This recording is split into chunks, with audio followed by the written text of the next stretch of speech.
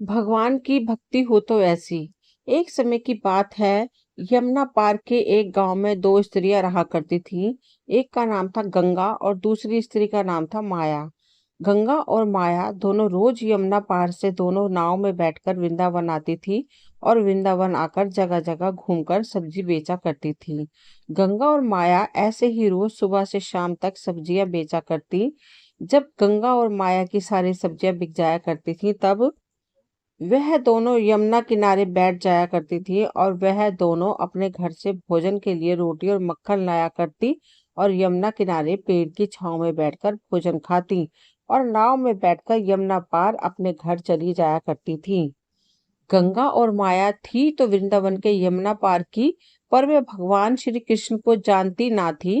भक्ति क्या होती है कभी जानी ना थी। वह तो केवल सब्जियां बेचकर गुजारा करना और अपना पेट भरना जानती थी।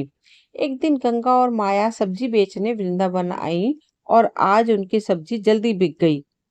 अरे बहन गंगा, आज तो हमारी सब्जियां और दिनों से काफी जल्दी बिक गई।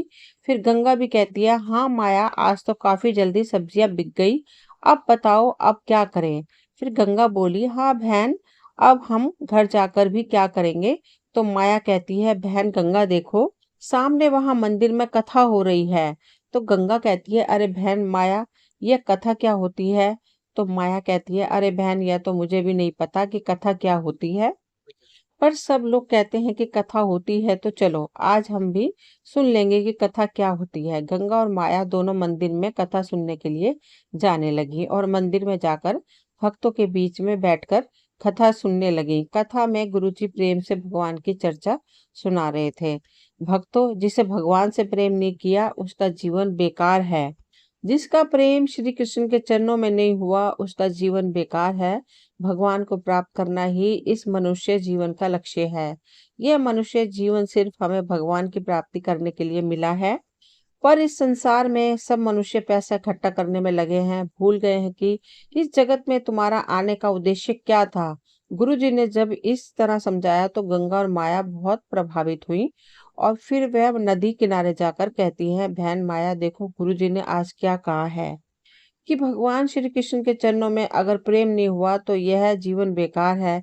फिर माया कहती है, तो बहन गंगा, क्या हमारा जीवन बेकार चला जाएगा। फिर गंगा बोली, हाँ बहन, लगता तो ऐसा ही है। फिर माया बोली, बहन तू बता, कभी तुमने श्री कृष्ण को देखा है। फिर गंगा कहती है, अरे बहन, मैं तो तेरे साथ ही रहती हूँ, भला मैंने कब भगवान को देखा है। तो माया पूछती है, तो बहन यह बताओ कि भगवान कहाँ मिलेंगे। गंगा और माया आपस में चर्चा कर ही रही थी कि इतने में एक संत वहां से गुजर रहे होते हैं। तो गंगा साधु को देखकर बोली, बहन मुझे लगता है भगवान साधु संतों के पास जरूर होंगे, तो चलो इनके पास से भगवान को लेकर आते हैं।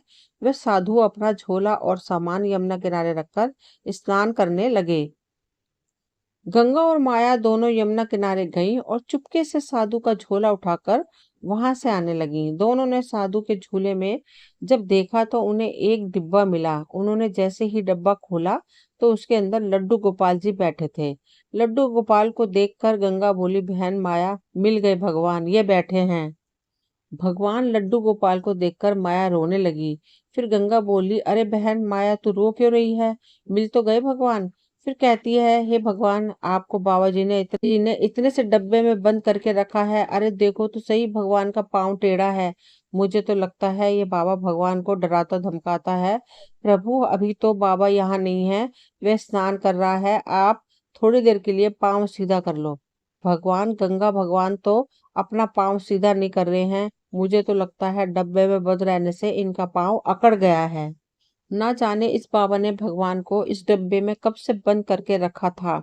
चलो भगवान, अब हमारा तुम्हारा पाँव सीधा करते हैं। इसके बाद माया ने अपने भोजन की पोटली में से मक्खन निकाला और उस मक्खन से लड्डू गोपाल की मालिश करने लगी। भगवान ने जब उन दोनों के इतने प्रेम को देखा तो भगवान उनके सरल और सहज स्वभाव पर रीझ गए और अपने भक्त के प्रेम के लिए भगवान ने अपने हाथ पांव सीधे कर लिए।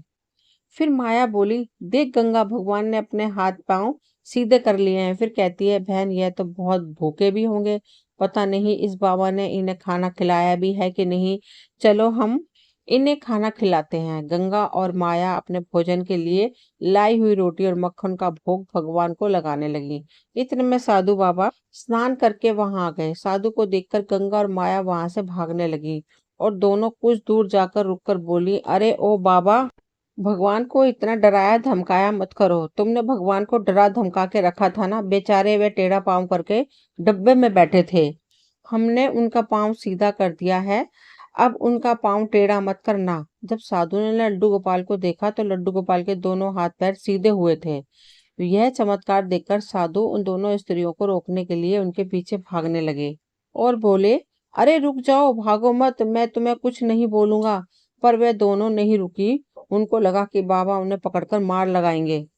अगले दिन फिर से गंगा और माया सब्जी बेचने के लिए वृंदावन आई और आज भी उन दोनों की सब्जी आज जल्दी बिक गई और आज वह फिर से मंदिर में कथा सुनने के लिए चली गई। कथा में गुरुजी भगवान के नाम की महिमा की चर्चा कर रहे थे। उन्होंने कहा, भक्तों, यदि आप राधे श्याम जपोगे तो भव सागर से भी पार हो जाओगे। इसलिए भगवान के नाम को हमेशा जपते रहना चाहिए। यही नाम हमें भव सागर से पार कराएगा। आज की कथा सुनकर दोनों वापस अपने घर के लिए जाने लगी। फिर माया बोली, बहन गंगा, तुमने सुना आज गुरुजी ने कथा में क्या कहा है कि राधे श्याम जपोगे तो भव सागर से भी पार हो जाओगे। तो बहन, राधे नाम या राधे श्याम लेने से भव सागर पार कर सकते हैं? तो यमुना भी तो हम पार कर सकते हैं। तो गंगा कहती है, हाँ बहन, हम दोनों रोज इस पार से उस पार आते जाते हैं। हमारा 1 रुपया तो रोज नाव का किराया देने में ही खर्च हो जाता है। हम भी अब राधे श्याम जपेंगे और बिना पैसे खर्च किए यमुना पार हो जाएंगे। गंगा और माया ने गुरु के वचनों पर विश्वास करके राधे श्याम जपने लगी और यमुना की ओर बढ़ने लगी। वे दोनों राधे श्याम जपते हुए सच में पानी के ऊपर चलने लगी। राधे श्याम जपकर उन दोनों ने पानी के ऊपर चलकर यमुना को पार कर लिया। अब तो गंगा और माया का श्री कृष्ण के प्रति प्रेम और विश्वास दृढ़ हो गया था और वे दोनों कृष्ण की भक्ति करने लगी। एक दिन गंगा ने कहा, बहन माया, हमने गुरुजी की कृपा से श्री कृष्ण की भक्ति पाई है और गुरु जी के कहने पर हमने नाम जपते हुए यमुना को पैदल पार किया है। तो इससे हमारे बहुत पैसे भी बचे हैं। तो बहन, क्यों ना हम गुरु जी को घर बुलाएं और उन्हें भोजन खिलाएं। तो माया बोली, ठीक है बहन, तुम जाकर गुरुजी को ले आओ और मैं यहाँ पर भोजन बनाती हूँ। गंगा गुरुजी को लेने मंदिर जाने लगी। गंगा मंदिर में गई और गुरुजी से बोली, गुरुजी, हम चाहते हैं कि आप अपने चरण हमारी कुटिया में रखो। हम आपको भोजन कराकर कुछ कुछ दान दक्षिणा देना चाहते हैं। गुरुजी ने गंगा की बात मान ली और बोले, ठीक है बेटी, मैं तुम्हारे संग तुम्हारी कुटिया में चलने के लिए तैयार हूँ। गंगा गुरुजी को लेकर मंदिर से आने लगी और गंगा गुरुजी को लेकर यमुना तट पर आ जाती है। गुरुजी ने जब देखा कि यमुना तट पर तो कोई नाव नहीं है, यह मुझे पार कैसे लेकर जाएगी? तब गुरुजी ने गंगा से पूछा, बेटी, तुम मुझे यमुना पार कैसे लेकर जाओगी? यहाँ तो कोई नाव ही नहीं है। फिर गंगा बोली, गुरुजी, आपने ही तो हमें सबसे बड़ी नौका प्रदान की है।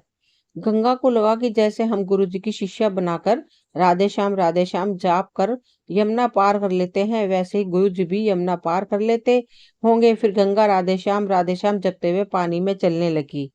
गंगा ने जब थोड़ी दूर जाकर पलट कर देखा तो गुरुजी वहीं किनारे खड़े हुए थे।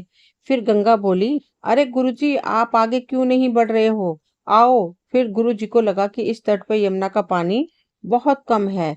ये विचार करके गुरुजी आगे बढ़ने लगे। जैसे ही गुरुजी ने अपना पांव यमुना में आगे बढ़ाया, वैसे ही गुरुजी कमर तक पानी में डूब गए। फिर गुरुजी कहने लगे, अरे यहाँ तो पानी बहुत गहरा है और ये पानी में कैसे चल रही है? अरे यह कोई आम स्त्री नहीं है, तो कोई चुड़ैल लगती है जो पानी में चल रही है। गुरुजी को पानी में डूबा देख गंगा गुरुजी को लेने के लिए वापस आने लगती है। गंगा गुरुजी के पास पहुंचकर गुरुजी का हाथ पकड़कर ले जाने लगी। गंगा राधे श्याम जपती है और गुरुजी डर के मारे कहते हैं, अरे मुझे छोड़ दो, मुझे क्यों ले जा रही हो?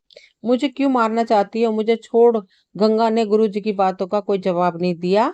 वह बस राधे श्याम जप रही थी। गुरुजी कहते हैं, भगवान, यह तो मुझे बीच यमुना में ले जाकर मारेगी।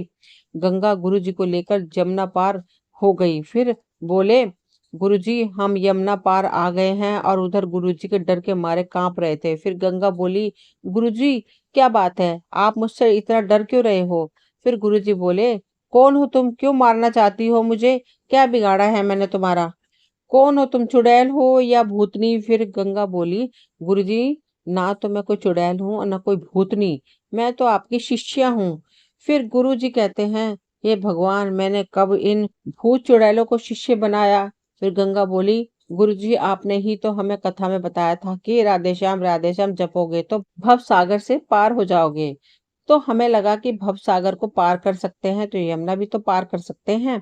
अब तो हम रोज नाम जप करके यमुना पार करते हैं, अब हमें कोई नाव की जरूरत नहीं होती। गंगा की बातें सुनकर गुरुजी हैरान रह गए और गंगा से बोले, बेटी तुमने अपने गुरु के वचनों और प्रभु पर इतना दृढ़ विश्वास रखा कि इसके बल पर तुमने यमुना के पानी पर चलकर यमुना पार कर ली।